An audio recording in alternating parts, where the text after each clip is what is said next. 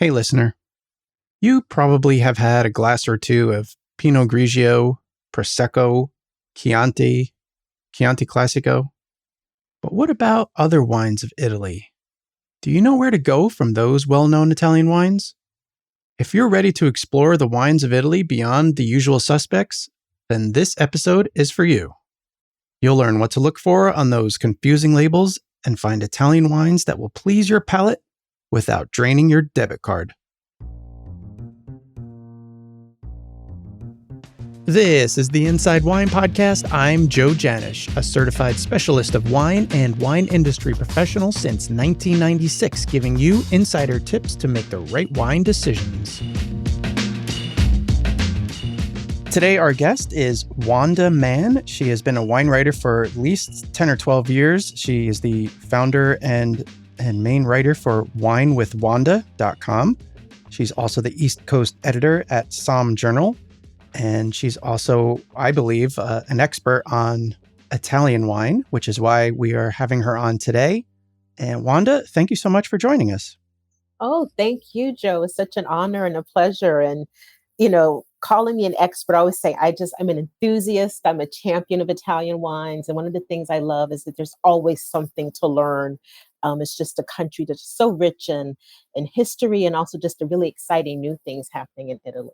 Yes, I agree. And one of the reasons I feel like you're one of the Italian wine experts, at least in my circle, you've been to Italy so many times at this point. I think you should be like our ambassador to the country. How many times have you been to Italy?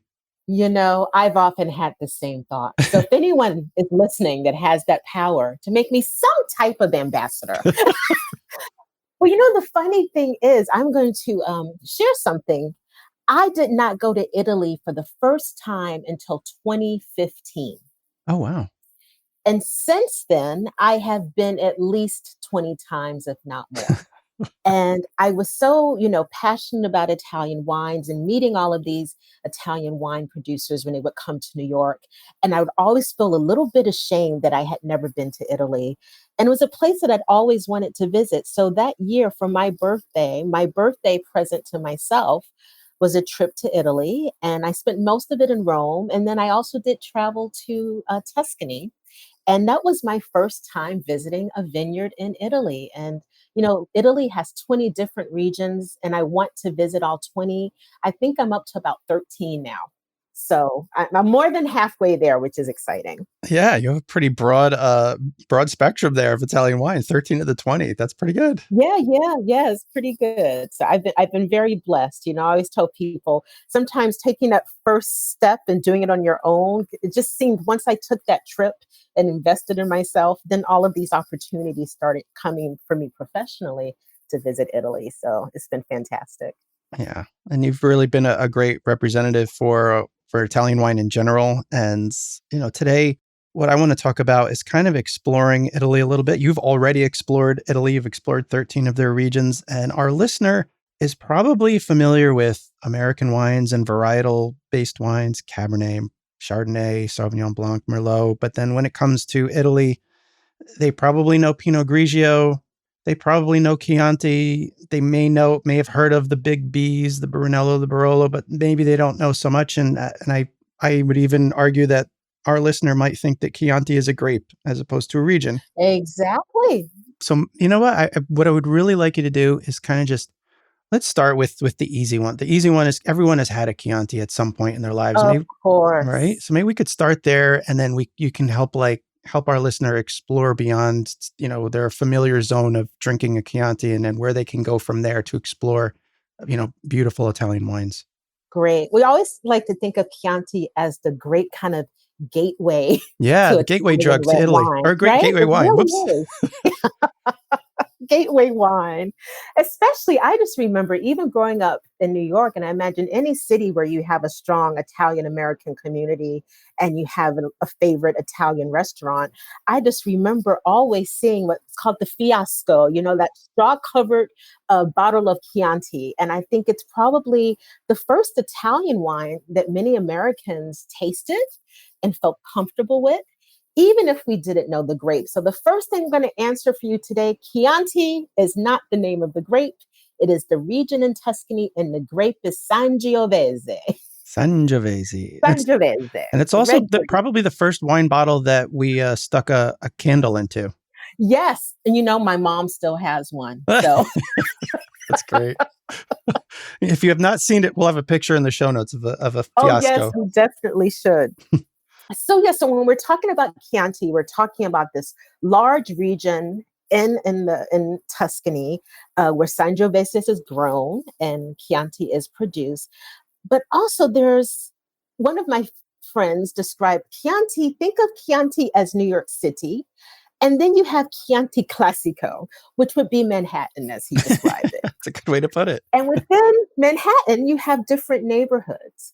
So Chianti Classico, I believe right now is divided into, it's always changing in Italy, as I'm sure you know. So the number of DOCs we discussed today could change tomorrow, Yep, for sure. the number of sub-appellations. But I believe there are 7 in Chianti Classico. And people go, well, why does that matter if it's all the same grape? One of the really exciting things about Chianti Classico and the Sangiovese grape is this concept of terroir, which sometimes can be hard to understand as a regular person. Like, what are we talking about? It's just wine. It's grapes, you ferment it, it's alcohol, and you're done. But I think Sangiovese is a great way to understand how things like elevation, the exposure, the amount of rain, the type of soil. Sangiovese is very good at transmitting these nuances based on terroir. So I always encourage people, maybe start it with Chianti, which is fun and pleasant. It's usually enjoyable. You have those bright fruit flavors. When you get into Chianti Classico in the sub-regions, it's a great way to discover wines that may be a bit more complex. Depending on where it's grown, you might get some that are a little fuller bodied and more voluptuous, some that have even a little spice to them. I think Sangiovese is a grape that's really good at transmitting texture. And like every wine, often it's an interpretation of what the winemaker wants to craft. But I think what's really beautiful with Italian wines right now is that I'm not seeing a lot of over manipulation. People are really, it's a cliche. We say winemaking starts in a vineyard, but I think in Italy, that is really true, that everyone wants to preserve the integrity and all that hard work putting to the vineyard. I think Italy right now is leading the way in terms of organic vineyards, in terms of number of acres that are devoted to organic winemaking. Yeah. And they've been doing that for years. They just have never done the paperwork to put it on the label, right? Exactly. So even though what's a trend for us, I always say, has often been a tradition in Italy. So these are new ideas over here that maybe we're talking about, but it's really been a lifestyle. So I think, this idea of putting the taste and the personality of the vineyard in the bottle with a little help from wine, because wine does need that human touch for it to actually be wine, right? Right. Wine doesn't make itself. It does Right. need that human intervention. But I think more and more, Italy is really excelling at, we want to show not only our country, we want to show our region, and within that region, these sub-appellations, and we want to show this vineyard, and we want to show this section of the vineyard, and really just parsing it down so that you get something that's just very unique and a pleasure to drink. Because at the end of the day, we want it to taste good, right? That's what we want at the end of the day. Yeah. You mentioned how the winemakers in Italy are holding to their traditions, and they have rules they have to follow, especially when they put the word Chianti or the Chianti Classico on there. Absolutely.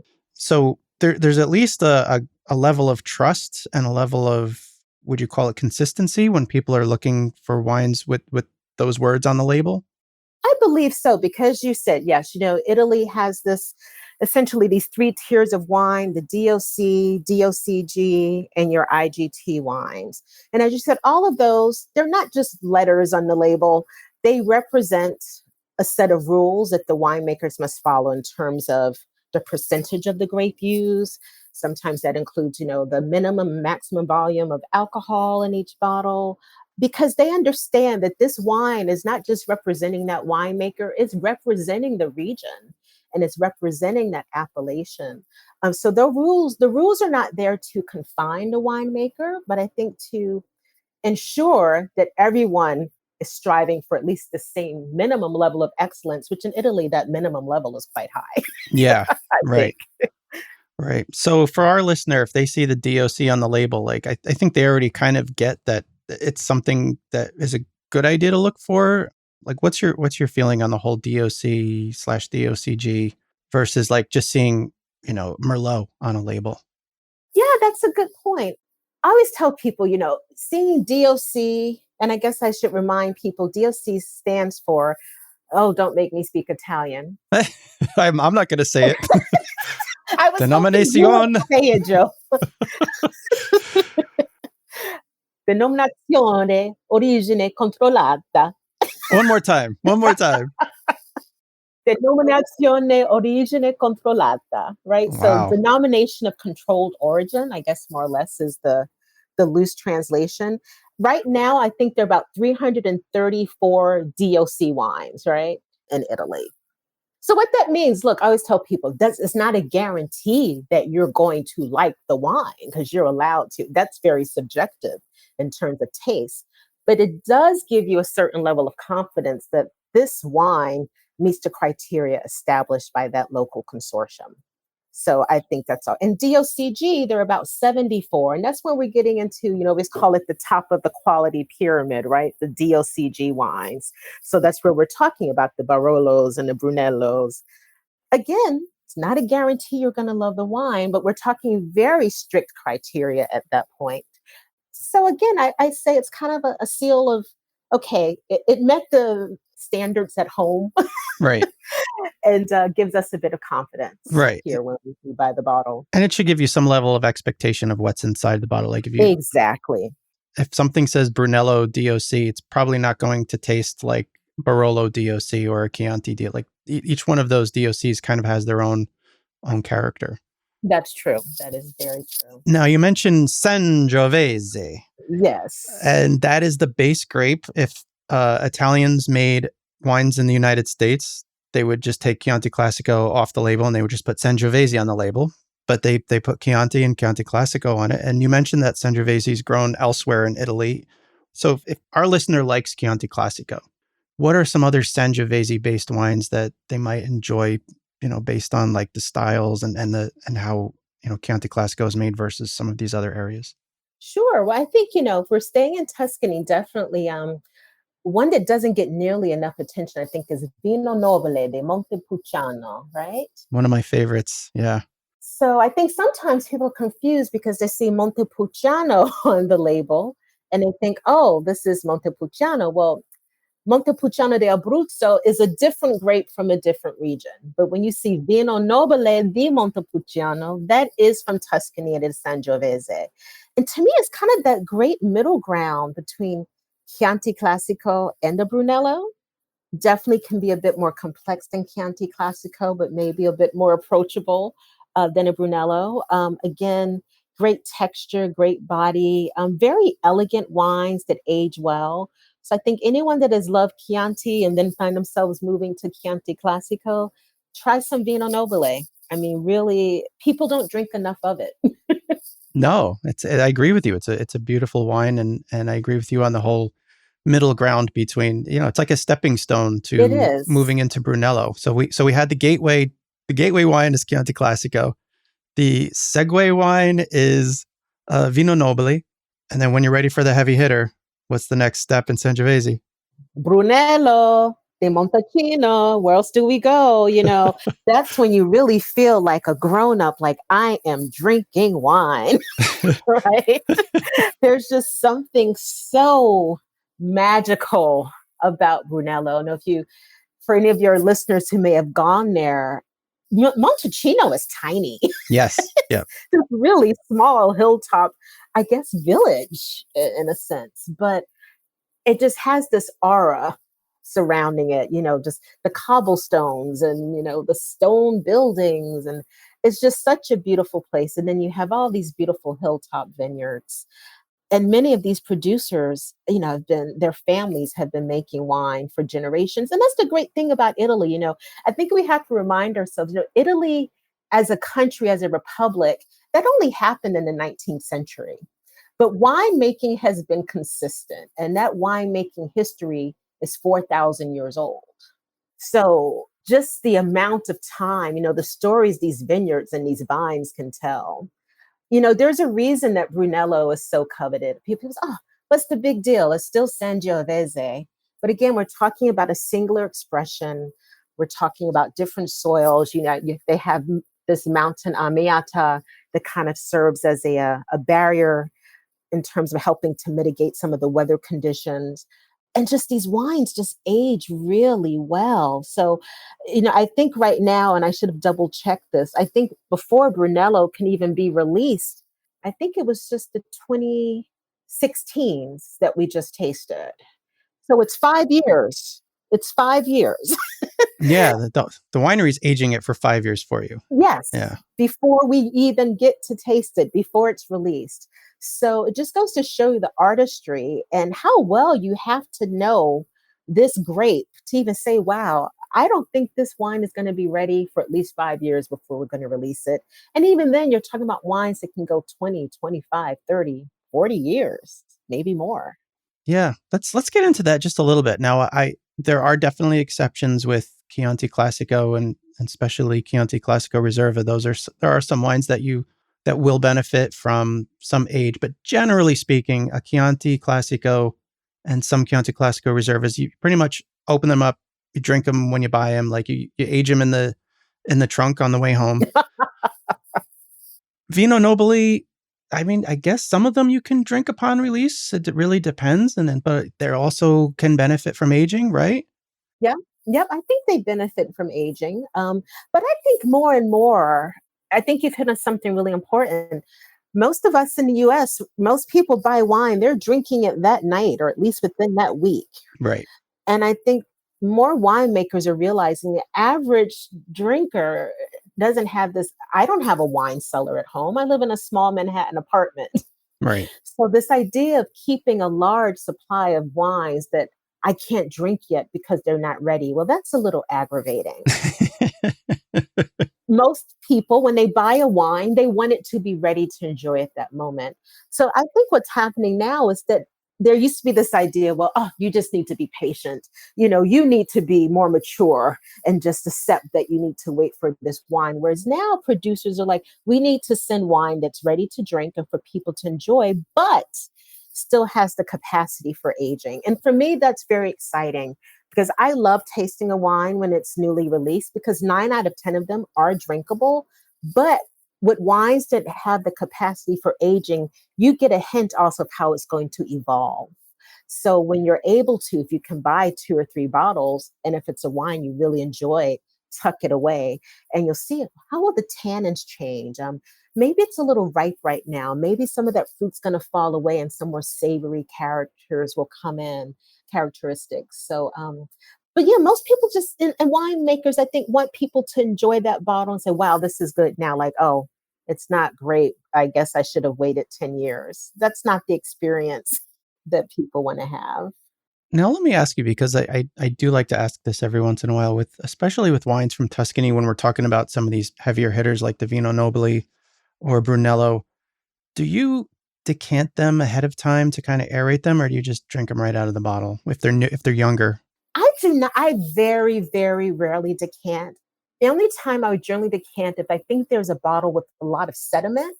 Okay. I'm a big believer, and I also am not a big fan of gadgets like, oh, use this gadget to aerate the wine. It's kind of like a decanter type experience. I think part of the experience of drinking wine, especially older wines and complex wines, is how the last sip is different from the first. To see how a wine evolves in the glass. Does it open up more? Did it get tighter? Did it get flat? Did it bloom into something you didn't expect? So for me, I always tell people, wine, yes, look, who hasn't had a hard day and said, I just don't want to think about it. I just want a glass of wine. We've all had that day. Of course. Of course. But in general, if you're talking about a wine that is something really special that let it take you on a journey. And, decanting, definitely there's a place for it. But in general, I don't even think I own a decanter, to be honest, or it's tucked away somewhere. No, I'm with you on how the wine evolves in the glass. It's something that, for whatever reason, I really have not experienced it as much with New World wines. other than, of course, some exceptions, but it is something that with almost all of the, the really Chianti Classico and up, I feel like it's something that happens with these Italian reds where there's really like an evolution in the glass that you talk about. Absolutely. Always, remind people. I said, imagine that when we get up in the morning, we have to stretch, right? We have to move. It takes us a while to feel like ourselves. So you're a bottle of Brunello and you've been waiting for 5 years to make your debut. You have to give that wine time to stretch and flex its muscles and come alive. And, there's a beginning, middle, not really an end, because if it's a beautiful wine, you're just like, God, that bottle went by too quickly. But Get another one. get another one. But I think a wine shows itself in stages. And that's because there's really no other beverage that does that, Yeah, right? right. Well, soda gets flat, but other Well, soda gets flat. That is true. So let's keep exploring a little bit because I like what you're talking about here. So you mentioned Brunello being the probably the upper level of the Sangiovese. If our listener isn't ready to put down the dough for a Brunello, because most of them are at least 45, 50, 60, $70. Yeah, it's an investment. Where can they go? I mean, what about the Rosso di Montalcino? That's similar, right? Absolutely. Some people like to call it the baby Brunello, right? I know that's a controversial term, but it is kind of I think it's 2 years bottle aging for the Rosso, right? I believe So so. it is a younger, fresher expression of Sangiovese coming from the same producers, maybe different, plots of a vineyard. But Rosso is a great way to kind of get a idea of what a great Brunello is. So I'm a big fan of Rosso. It's the same grapes from the same place as Brunello. They just, I guess it's just maybe not the absolute best grapes that they put in the Brunello, right? Yeah, and often with Brunello, what you might see, for example, are single vineyard wines. I don't think I've ever seen a single vineyard Rosso. I'm not saying they don't exist. So Rosso is intended to be more accessible, to enjoy while it's young, to be more fruit forward. But I've never really liked this idea of a second label wine.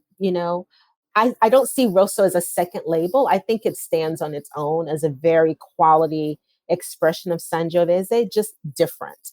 And you can see the connection to Brunello. You can see the kinship that they're related in terms of overall style and respect for the grape. But they're fun to drink. I really enjoy them. I do too. And I think maybe, if our listener's not ready to plunk down $70 for a bottle of Brunello, like maybe $25 for a Rosso. If you like that and you're like, wow, this is the type of thing I like, then go for the same producer that you got that Rosso from and invest in a bottle of Brunello or two or three. I agree 100%. So where else can we go with Sangiovese, or should we start looking at some white wines in Italy to explore? Let's talk about white wines. Yeah, the white wine from Italy that everyone seems to know is Pinot Grigio, Pinot Grigio. which is anywhere from $8 to $25 a bottle. Nobody really understands why there's so much range, but it's not the only white wine from Italy. Even though it seems that way in the US, right? It does seem that way. It does seem that way, but Every summer I am on a mission to get my friends to drink a white wine that isn't Pinot Grigio. Not that I dislike Pinot Grigio, because let's talk about Pinot Grigio for just a moment before we get into the other white wines. yeah, absolutely. When Pinot Grigio kind of arrived in the US, I guess in the 70s, right? It was a big deal. Yeah. Unless you traveled to Italy, most Americans hadn't tried this wine before. And it kind of became this breakout superstar. And like anything, whether it's wine or fashion or a movie, if something becomes popular, then everyone wants to do it. So I think there's so much Pinot Grigio. The problem is that not all of it is high quality. And I always say Pinot Grigio is the wine that everyone has tasted, but no one knows what it's really supposed to taste like. That's a good point. That's a very good point. Because when you go to Italy, especially if you're talking about a region like Friuli in the Northeast, wow. I've had so many Pinot Grigio to me that kind of taste like lemon water here in the US. Yeah. Like kind of just this light, not much personality. It's just a refreshing white wine.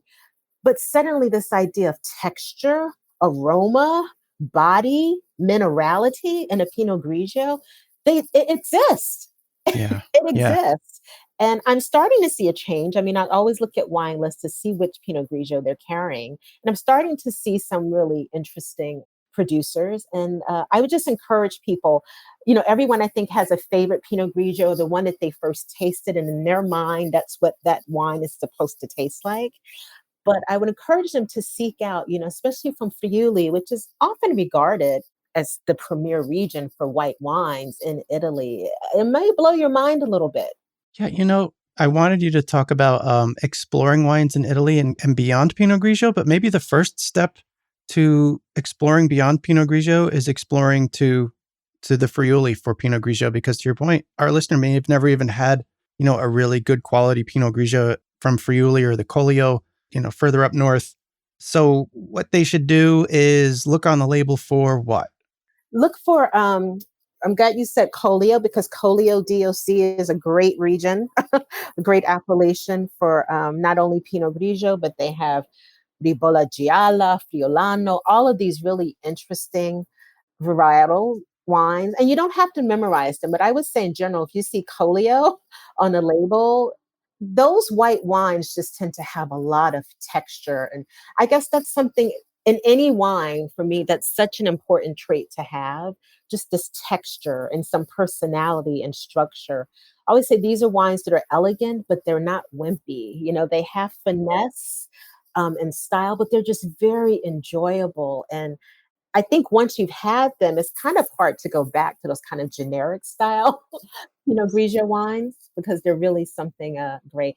And there's also Friuli Colli Orientali, from the hills. Anything from the hills in Italy is great.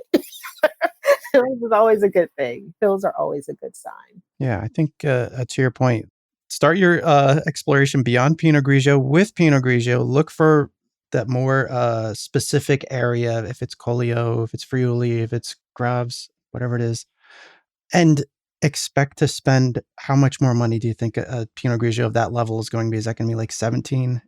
Well, this is the thing. I know for a fact there are some very popular brands. As you mentioned, you can find Pinot Grigio that's like $25 right here in the US. For around 20, you can get a really beautiful Pinot Grigio from Friuli, Collio. So you don't really have to spend that much more. If you've been spending, in a $15 range, then you expect maybe to spend $5 more per bottle. But it's $5, I think that's very well spent, because it's just a very different tasting experience. Yeah. And, toward that, it's an easy way to start into your exploration of white wine, because if it turns out you like higher quality Pinot Grigio, then you can start looking into other areas. I like to tell my friends, I try to say, look, try this other Pinot Grigio. And they're like, why would I spend $20 for a Pinot Grigio? And then I say, well, how much money do you spend on a Chardonnay? And then all of a sudden they're like, well, sometimes it's $10, sometimes it's 35 or 40. It's the same deal, right? You need to explore a little bit beyond. Absolutely. Yeah. And it's true. Like we all always say, like everything in life, we all have our comfort wines. Right. I think if you're really excited about wine, you also don't want to fall into a wine trap or a wine bubble. You're not going to like everything you try, but it's always important to know what you don't like and why. Yes. The more wine you drink, I was like, there's that wine muscle. You have to train it. I might not make it to Crunch Fitness, right? But training my wine muscle is very important to me. Yeah. So I think it's a routine that we can all commit to, training the wine muscle. And that means, trying different wines, trying different expressions of a wine you think I've already had that. I don't need to try another region or another style. Do it. Do it. And that kind of helps you. It just makes wine much more enjoyable. Such a cerebral activity as well, wine drinking, in addition to just being fun and delicious. And understand why you like some things more than others. Some people don't like, for example, a high acid white, right? So if I'm like, oh wow, I'm seeing a trend here. All of these wines that I'm really not responding to, maybe they're a little too acidic. I like maybe a lusher, rounder wine. And sometimes it takes a while to learn your own palate. Yeah. And I feel like that's part of the fun of drinking wine as opposed to just, pounding vodkas. Like all these different wines Exactly. are interesting in their own right. And it's kind of like an adventure of journeying through the wine world. And I always tell people, even the wines, as you and I being in the business, even the wines I don't fall in love with, I appreciate and I learn from, Right. right? Good Because point. it is Good telling point. a story of that region, of that vineyard, of that producer. There's always something when someone has poured their heart and soul to making a wine, an authentic wine, you want to stop and give it the respect it deserves. And for me, that's an important part of the process. Yeah. It's a good way to put it. All right. So we explore beyond Pinot Grigio with more expensive Pinot Grigio. Now Yes. if our listeners decided, all right, now I like that $22 Pinot Grigio. Now I want to explore more into the world of Italian white wine. Where's the next place to go, do you think? What's a good place to go? Well, one that I really, really enjoy is Vermentino. And the Oh, reason I that's a pick good one. Vermentino is because we're seeing more of it Yeah, finally. finally. I agree. Finally, right? I think it's having its breakthrough moment. Yeah, it's happening. It's happening. It's refreshing, it's crisp. And the wonderful thing about Vermentino, you kind of have this Tuscan style from the Maremma coast. Right. And then you also have Vermentino from Sardinia. So again, it's always fun to kind of take the same grape and see how it expresses itself from these different regions. But Vermentino is just very approachable, fun. Sometimes it can be a little tropical, sometimes can be a little leaner. So I'm a big fan of Vermentino. It almost sounds like you're talking about Sauvignon Blanc between New Zealand and France, the way you Ah, described Vermentino, right? yeah, yeah, that's a very good point. That's a very good point. Yeah. And I like both. I like from both regions. Of course, Sardinia, it's a little warmer there. Okay. Yeah. So, sometimes I get more of those maybe hints. And when I say tropical, I don't mean like this jammy, juicy fruit flavor, but maybe a little bit more of that, just a hint of tropical feeling that runs through the wines. And with the Maremma ones, I tend to get a little bit more of that mineral component. But I love them both equally, to be honest. I just think Vermentino, I don't think I've ever given Vermentino to someone and they didn't like it. Yeah, no, I'm the same way. I love that wine. And to your point, you just brought up a good point. Like there are very subtle things and hints and aromas that toward that. Although it might be a warm day and you want to drink that wine ice cold, you probably want to take it out of the fridge maybe a half hour beforehand, or you'll miss all of that fun. So true. We definitely tend to drink, I always say the white wine's too cold and the red wine's too warm. Yep. So yes, you. I've been amazed at how often you go to a wine bar and they serve you this ice cold glass of wine Yeah. Probably because it's hot out, but I don't know any other reason. because it's hot out. Yeah, but you do want to let that open up a little as well, and you'll be surprised at the aromas and the taste that. And again, a wine that's not meant to be necessarily complex, but still has these layers of flavor that is kind of fun to see those coming out the glass. All right. So Vermentino is a good next step. What are some other places or areas or varietals that we should look at? Yeah. But there's a lot of talk right now about volcanic wines, right? Oh, That's yeah. become a trendy thing. And They're we have exploding. two. They're exploding. But we're here all week, people. Um, so, of course, we have Etna. Everyone is talking about Etna wines, right? In Sicily. Yep. And it's an active volcano, so this is like really exciting winemaking, and you have these really rich black mineral soils, and they're growing for the white grapes. You have Carricante and Catarato. Those are two that I can think of. And again, white wines with, and I know I use this word a lot, texture, personality, that mineral component. There's a robustness to these wines, but they're not overwhelming. They're not heavy, but there's really something special, I think, about. I probably have had more Carricante than Catarato, but both really lovely white wines from Sicily. And then if we head to Campania Ah, near yeah. Naples, right? Right. Yep. when Naples is in Campania, no, we get it. They also have a volcano. I mean, it caused a bit Yeah. of damage, as I recall. Yeah. Yeah. That was tough. Yep. That was tough. And, but it's interesting. I had a chance to visit Pompeii, and, among the ruins that they found were kind of like a wine bar, Interesting. right? Yeah. Yeah. So just to show you again how important wine culture has been in Italy, just for all these thousands of years. But you have these great white wines, Greco de Tufo, Falanghina. Help me out here. I know we know some more. Fiano di Avellino. Piano. Yes. I like Falanghina though, because I just like to say Falanghina. Falanghina. It's like a song. It's true. And I always say, it's a great way to kind of pretend you speak Italian is to learn the names of lots of Italian wines. That's exactly what I do to trick my friends. I just start mentioning wines from Campania. Just say Greco di Tufo, Falanghina, Fiano di Yes, Avellino, and they're like, "Wow, I didn't know you could speak Italian." I'm like, I just rattled off 3 white wines from the Campania region. Like, it's so true. that's all it takes. Yeah, and not all of wines from there are volcanic, but a lot of them are. I just remember one of my best experiences being in Italy was like at it was like a little fish market in a plaza where you kind of went in and you're like, I like that, that, and that, and they kind of cook it up for you. And they just bring out a simple glass of Fiano. And it's like, oh, this is perfect. You know, this idea, what grows together goes together. And it Yes. was like the most perfect meal with, these local fish and seafood from the region with the local white wine. I don't even know who the producer was, but it was just a beautiful, local, well made wine that was just satisfying on a hot day in Naples. Yeah. And it was from the region. So, yeah, Campania, I think, is a really exciting region for white wines as well. And again, the great thing about Italy is you can find so much variety at a great price. You can spend $15 to $20 and walk away with something new and interesting that's really enjoyable. Yeah. And you just hit on something that is so important and so intrinsic to Italian wine, which is the wines that you drink are from the same places where you get the food. One of the reasons people love Pinot Grigio is because it's so friendly. It doesn't get in the way of anything. It has a nice acidity. You can drink it with just about any food, anything you want.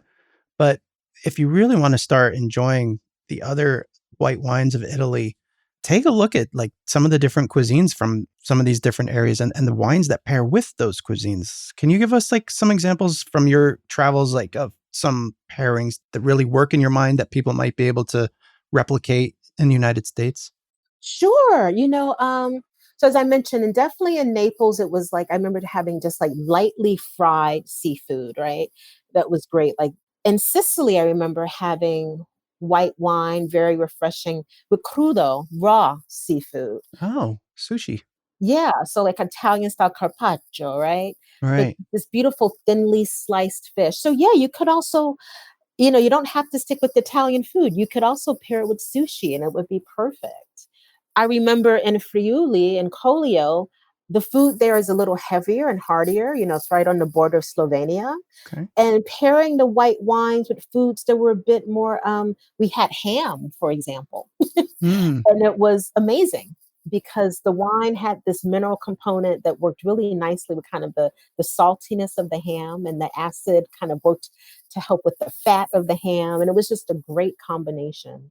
So the wines are more versatile than you realize. And so I think, Asian foods go really well, whether it's Japanese, Thai food. I think a lot of times when we talk about foods that are a great match with Riesling, a lot of the Italian whites work as well. there you go. Yeah, it's a good point. People don't really talk about white wines from Italy as much as they talk about the reds for whatever reason. It's true. It's true. And I think part of it has been, both the blessing and the curse of Pinot Grigio, and now the other white varietals are trying to make their way here and become better known. But inevitably, once people taste them, they really enjoy them. But it's kind of hard, Pinot Grigio kind of became the grand dame of Yes, the right. of the white wines from Italy. Yeah, and I think part of it too is that at least in the United States, people have just gotten used to it's like Chardonnay, right? It's just that oaky, big vanilla thing, even semi-sweet in some cases. And Italian wines, there are no white Italian wines that are like that. They're more subtle and more food friendly. Absolutely. That's a really good point. And I guess, kind of the new world, old world thing in general, right? Right. Yeah, true. That's kind of the divide. And then you get into Italian whites like Verdicchio, for like in the Marche region. Yeah. Beautiful wines. That's a white that, we talk about white wines that can age. That's a varietal wine that ages really well is Verdicchio. And again, so many different expressions. I've had some that were a little bit oak, some that were just stainless steel. But again, I think what you find across the board, there's so many grapes. I tried to do a count. It's hard to find an official figure. I think there's almost around 400 legally recognized Italian grape varieties, but some say the actual number could be 1,000 or more. Yeah, I've heard upward of 1,500 from some Yeah, people from Italy, and especially once you start talking about the different clones and everything else. exactly. We were talking about Sangiovese before. What we didn't touch on because it doesn't matter all that much to our listener, but Sangiovese is called Sangiovese. It's called Brunello. It's called Vino Nobili. It's called Yep. Morellino. It's Morellino, the it's called all these Sovrano. different Yep. things, and it's Yep. essentially the same grape, but I don't know how that works in the count and how many different Moscatos there are. Like, I don't know. Oh, I know. I know. And yes, true. More, I should have mentioned Morellino when we were Tuscany. Another great expression of Sangiovese wines from Montecucco. They're kind of, Montalcino's neighbor. They have some really interesting wines. You will never get bored with Italy. I always say the great thing about Italy, it will delight you, it will challenge you, it will inspire you. There's just so much happening from the well known to the obscure. There's never a dull moment. It's a never ending education. So it's really hard to call yourself an expert on Italian wines because it's just a lifelong journey. All right, so Wanda, we're exploring beyond Pinot Grigio with more expensive Pinot Grigio. We're going to Vermentino. We're exploring into Vermentino from Sardinia and Tuscany. We are going into the volcanic wines from Sicily and Campania. Verdicchio is another thing we threw in there. Where else from Italy can we explore? What varietals or what styles of wine can we, because we've touched on the reds and the whites. What else do we have? Well, anyone who knows me knows I love my bubbly, my sparkling wine. And like everyone, I've had a lot of Prosecco. Yeah. The sparkling version of Pinot Grigio. Exactly. Again, Prosecco was kind of that breakout wine Yeah. here in the US, right? And I just want people to remember that, Prosecco is not just something to add peach juice to make your Bellini or orange juice for your mimosa, okay? Right. Yep. Yeah. There are varying levels of Prosecco quality. And I'll just say it's worth it to spend a little more often and explore. There are people making single vineyard Prosecco wines. We now have the new Prosecco Rosé being an official. They've always made sparkling rosé in the Prosecco region, but now there's some rules in place to actually be called a Prosecco wine rosé. So that's exciting. But I also want people to realize Prosecco is not the only sparkling wine that Italy makes. And they make two really exceptional traditional method wines. That would be wine that's made in the same style as champagne, where the second fermentation happens in the bottle. So we're talking about Trento DOC and Franciacorta. And I love these wines. And I always tell people they are not an imitation of champagne.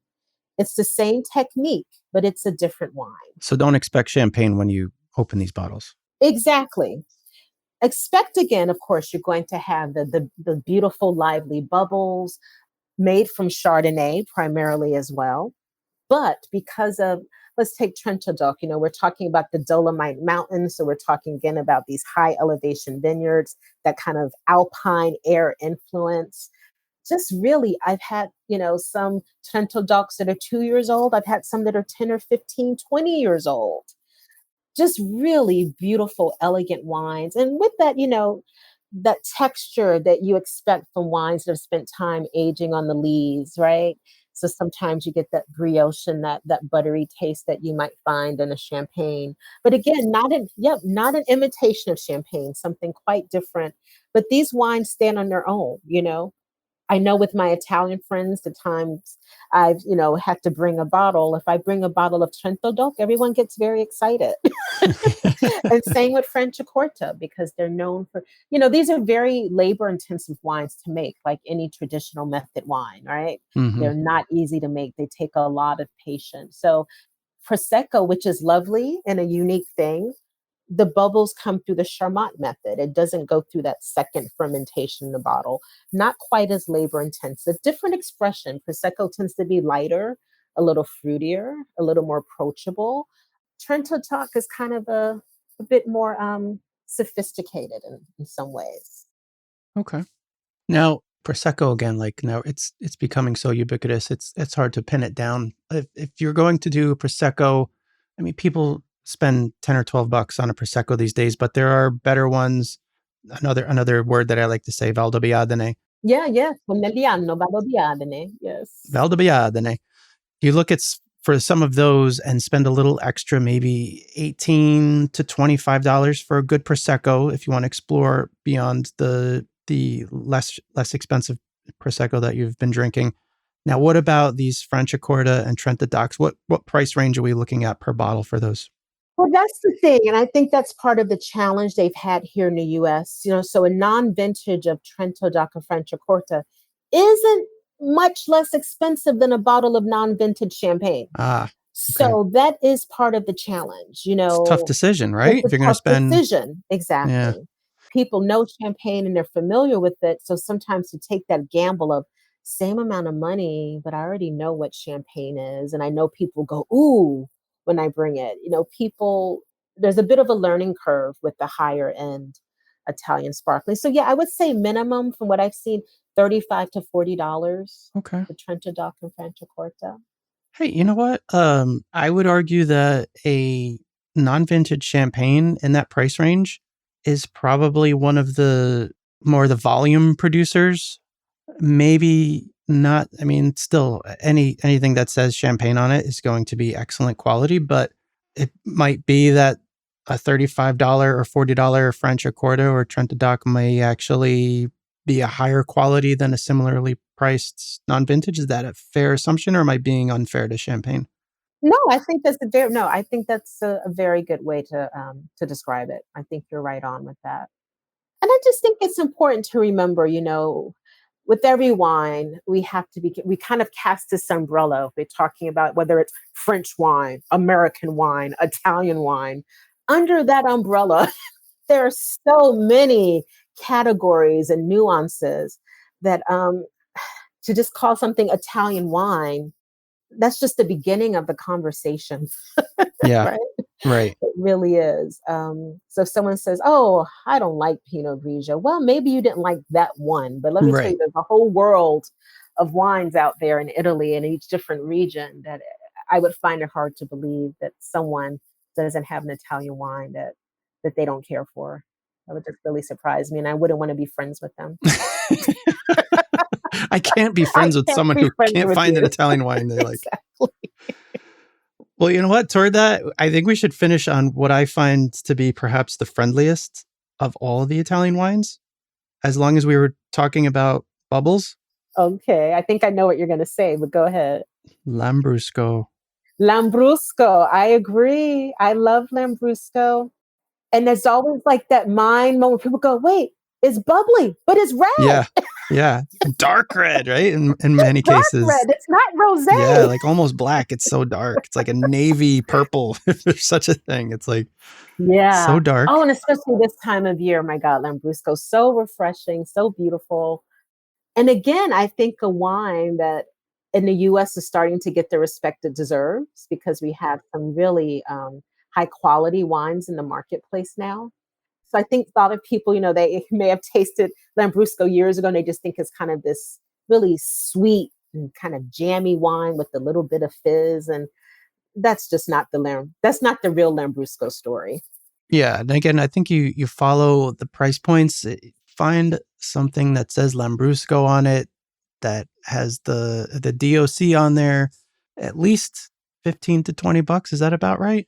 Yeah, yeah. And you really can't go wrong. It's just the only trick is that it's going to be a lot drier than you expected. Although there are some types that are a little sweeter or not as dry. And talk about the versatility with food. I mean, you look at where Lambrusco comes from, right? So we're talking about the land of Parmesan Reggiano, Yeah. balsamic vinegar. Yeah. One of my favorite, I'll be New York and say cold cuts. Cold cuts. I Yeah. love mortadella, right? Ah, that's what I So was for me, thinking.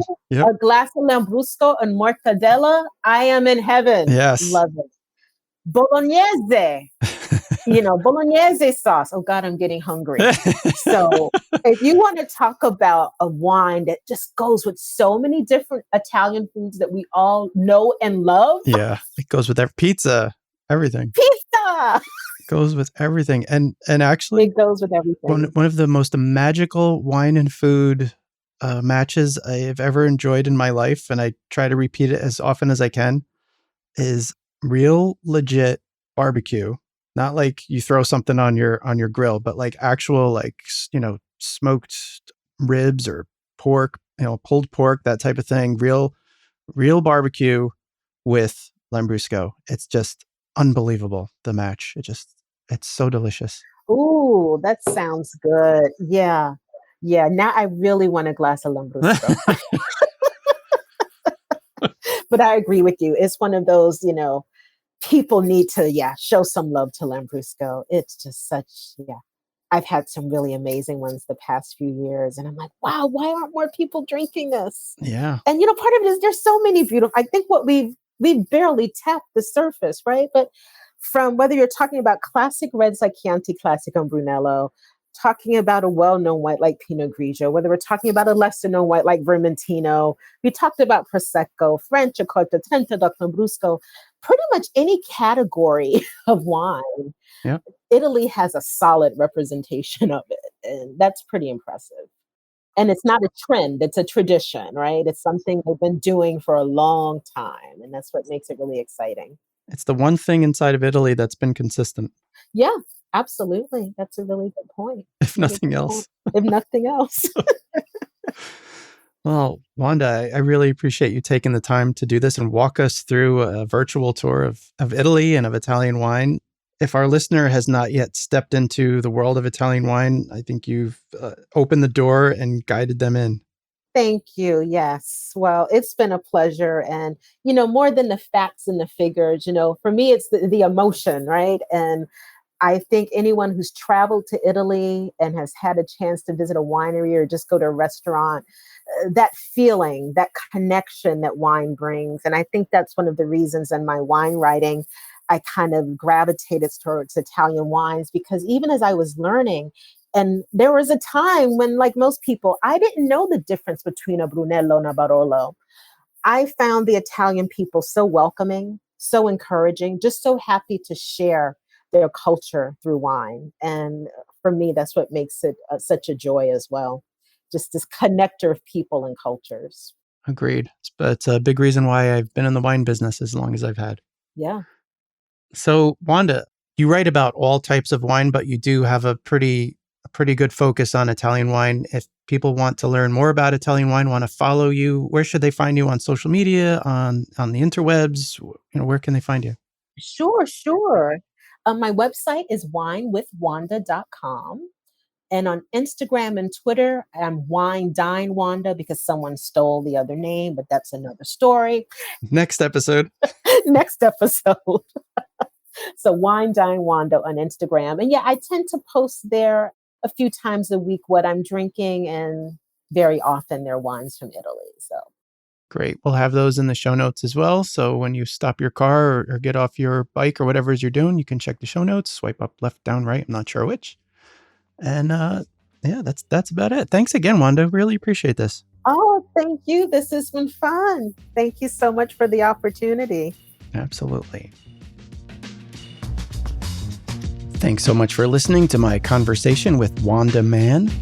We hope you learned enough to explore beyond the Italian wines you know well and find some of the lesser known, great tasting, great values from Italy. Check the show notes for a cheat sheet on those gems, and also to find out how to connect with Wanda so you can continue your journey through Italy. I'll be back with another episode in about 2 weeks. In the meantime, to further your wine education and exploration, please visit wine365.com. And remember, Wine is food. It comes from a place. Enjoy it responsibly.